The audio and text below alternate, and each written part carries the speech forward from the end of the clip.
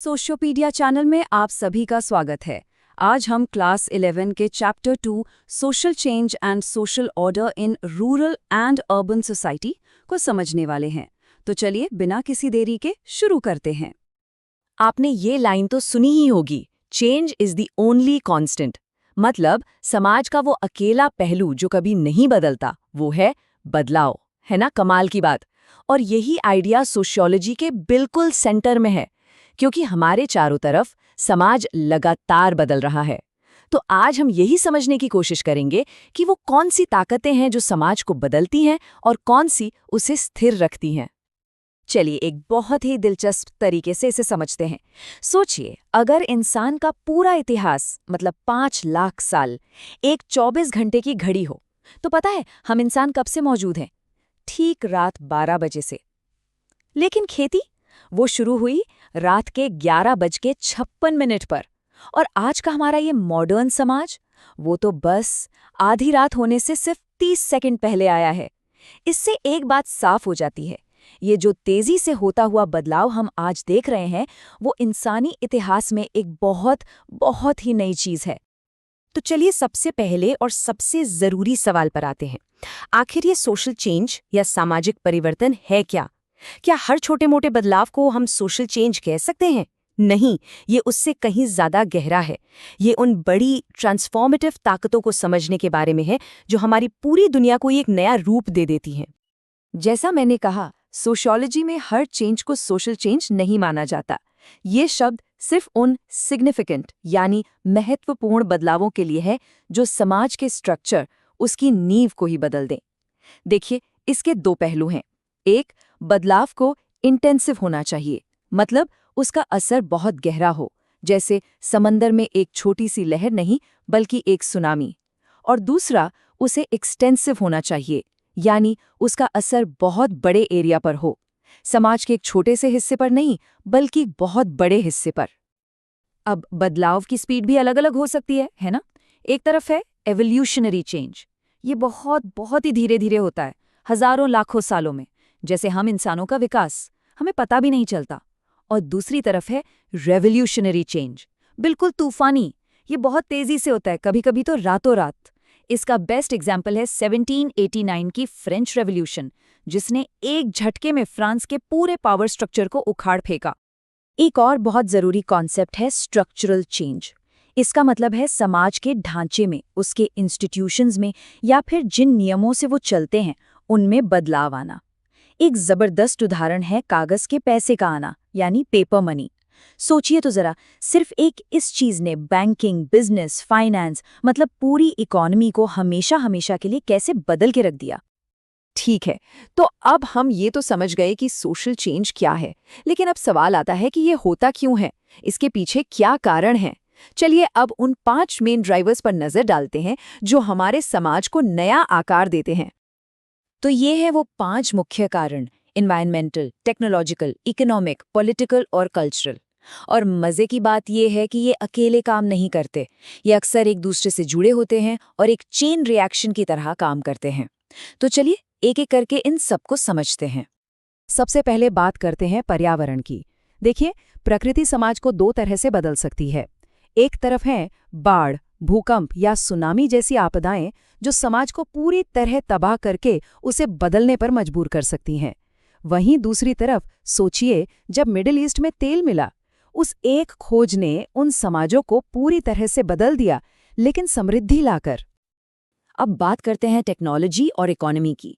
जब ये दोनों मिल जाते हैं तो बदलाव की जो लहर आती है वो जबरदस्त होती है। सिर्फ एक आविष्कार को देखिए, स्टीम इंजन। इस एक खोज ने इंडस्ट्रियल रेवोल्यूशन को जन्म दिया। फिर रेलवे आई, स्टीम शिप्स आईं और देखते ही देखते पूरी दुनिया का आर्थिक और सामाजिक नक्शा ही बदल गया। कमाल है ना? पॉलिटिकल ताकतें भी समाज को बदलने में बहुत बड़ा रोल निभाती हैं। युद्ध जैसी घटनाएं तो देशों के नक्शे तक बदल देती हैं। लेकिन एक और बहुत बड़ा पॉलिटिकल बदलाव था 1 पर्सन 1 वोट का अधिकार मिलना, जिसे हम यूनिवर्सल अडल्ट फ्रेंचाइज कहते हैं। इसने पावर को कुछ गिने चुने लोगों के हाथ से निकालकर आम जनता तक पहुंचा दिया, जो एक बहुत बड़ा क्रांतिकारी कदम था। और आखिर में कल्चरल कारण। यानी हमारे आइडियाज, हमारी वैल्यूज, हमारे विश्वास जब ये बदलते हैं तो समाज में बहुत गहरे बदलाव आते हैं। इसका सबसे अच्छा उदाहरण है समाज में महिलाओं की भूमिका को लेकर बदलते विचार।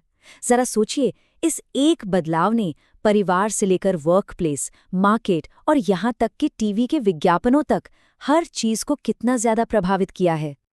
लेकिन एक मिनट रुकिए, अगर समाज में सिर्फ और सिर्फ बदलाव ही होता रहे तो क्या होगा? सब कुछ अस्त-व्यस्त, केओटिक हो जाएगा, है ना? इसीलिए चेंज के साथ साथ हमें सोशल ऑर्डर यानी सामाजिक व्यवस्था को समझना भी उतना ही जरूरी है। ये वो ताकतें हैं जो इस लगातार बदलती दुनिया में एक तरह की स्टेबिलिटी और प्रिडिक्टेबिलिटी बनाए रखती हैं। तो आप सोशल चेंज और सोशल ऑर्डर को एक ही सिक्के के दो पहलू मान सकते हैं, या इसे एक कार की तरह सोचिए। सोशल चेंज है एक्सेलरेटर जो गाड़ी को आगे बढ़ाता है, और सोशल ऑर्डर है ब्रेक जो उसे कंट्रोल में रखता है। अब होता क्या है कि जो पावरफुल ग्रुप्स होते हैं वो अक्सर ब्रेक लगाकर रखना चाहते हैं ताकि सब कुछ वैसा ही रहे, और जो पिछड़े हुए या वंचित समूह होते हैं वो एक्सेलरेटर दबाकर बदलाव लाना चाहते हैं। तो सवाल ये है कि ये सोशल ऑर्डर, ये व्यवस्था बनती कैसे है? इसके दो मेन तरीके हैं।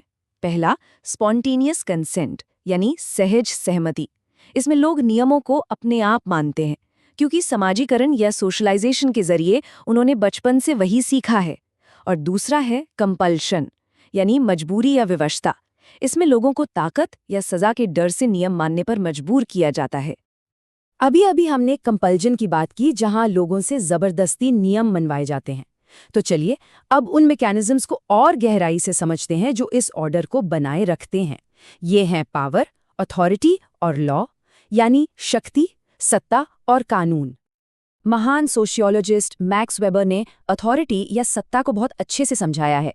उन्होंने कहा कि अथॉरिटी वो पावर है जिसे लोग लेजिटिमेट यानी जायज़ या सही मानते हैं। मतलब जब लोग किसी की पावर को सही मानकर उसकी बात मानते हैं तो वो पावर अथॉरिटी बन जाती है। और ये अथॉरिटी कोई बहुत बड़ी, दूर की चीज़ नहीं है। हम इसे अपनी रोज़ की जिंदगी में देखते हैं। सोचिए, एक पुलिस ऑफिसर जो ट्रैफिक को डायरेक्शन दे रहा है, एक जज जो कोर्ट में फैसला सुना रहा है, एक टीचर जो क्लास को मैनेज कर रहा है, या फिर एक धार्मिक नेता जो अपने अनुयायियों को रास्ता दिखा रहा है। ये सब अपनी अपनी अथॉरिटी का इस्तेमाल कर रहे हैं जिसे हमारा समाज वैलिड मानता है। चलिए, अब तक हमने काफी कॉन्सेप्ट समझ लिए, चेंज, ऑर्डर, पावर, अथॉरिटी। अब मजा आएगा इनको असल दुनिया में यानी गांव और शहर की जिंदगी पर अप्लाई करके देखने में। देखते हैं ये सब वहां कैसे काम करते हैं। ये टेबल गांव और शहर के बीच के फर्क को बिल्कुल साफ साफ दिखाती है, लेकिन सिर्फ इन फैक्ट्स को मत देखिए, इनके पीछे के सोशल असर को समझिए। गांव में क्या होता है? आबादी कम, लोग एक दूसरे को जानते हैं, रिश्ते पर्सनल होते हैं। ये सारी चीजें मिलकर वहां सोशल ऑर्डर को मजबूत करती हैं और बदलाव की रफ्तार धीमी रहती है। अब शहरों को देखिए, बिल्कुल उल्टा। आबादी बहुत ज्यादा, रिश्ते इम्पर्सनल, इकोनॉमी खेती पर नहीं, इंडस्ट्री और सर्विस पर आधारित। ये सारे फैक्टर्स मिलकर शहरों को सोशल चेंज का एक हॉटस्पॉट बना देते हैं जहां बदलाव की गति बहुत तेज होती है। शहरों में सोशल ऑर्डर बनाए रखने में सबसे बड़ी चुनौती पता है क्या है? जगह, स्पेस मैनेजमेंट। यहाँ हर इंच जमीन के लिए लगातार एक नेगोशिएशन, एक संघर्ष चलता रहता है। बहुत ज्यादा आबादी का सीधा मतलब है कि घर, सड़कें, पानी, बिजली जैसी जरूरी चीजों पर जबरदस्त प्रेशर, और इसी से एक परमानेंट तनाव का माहौल बना रहता है। तो फिर ये विशाल शहरी मशीनरी चलती कैसे है? इसकी लाइफलाइन है मास ट्रांजिट, मतलब बसें, लोकल ट्रेनें, मेट्रो। ये सिस्टम्स ही हैं जो रोज लाखों करोड़ों लोगों को उनके काम पर और फिर घर वापस लेकर आते हैं। अगर ये एक दिन के लिए भी रुक जाएं तो सोचिए, पूरे शहर की धड़कन ही रुक जाएगी। तो अब हम इस चैप्टर के अंत में हैं और मैं आपको एक सवाल के साथ छोड़ना चाहता हूँ। जैसे जैसे हमारी दुनिया और ज्यादा शहरी होती जा रही है, गांव शहर बन रहे हैं, शहर और बड़े हो रहे हैं, तो आने वाले समय में गांव और शहरों का सोशल ऑर्डर कैसे बदलेगा और ये दोनों एक दूसरे को कैसे प्रभावित करेंगे, इस पर सोचिएगा जरूर।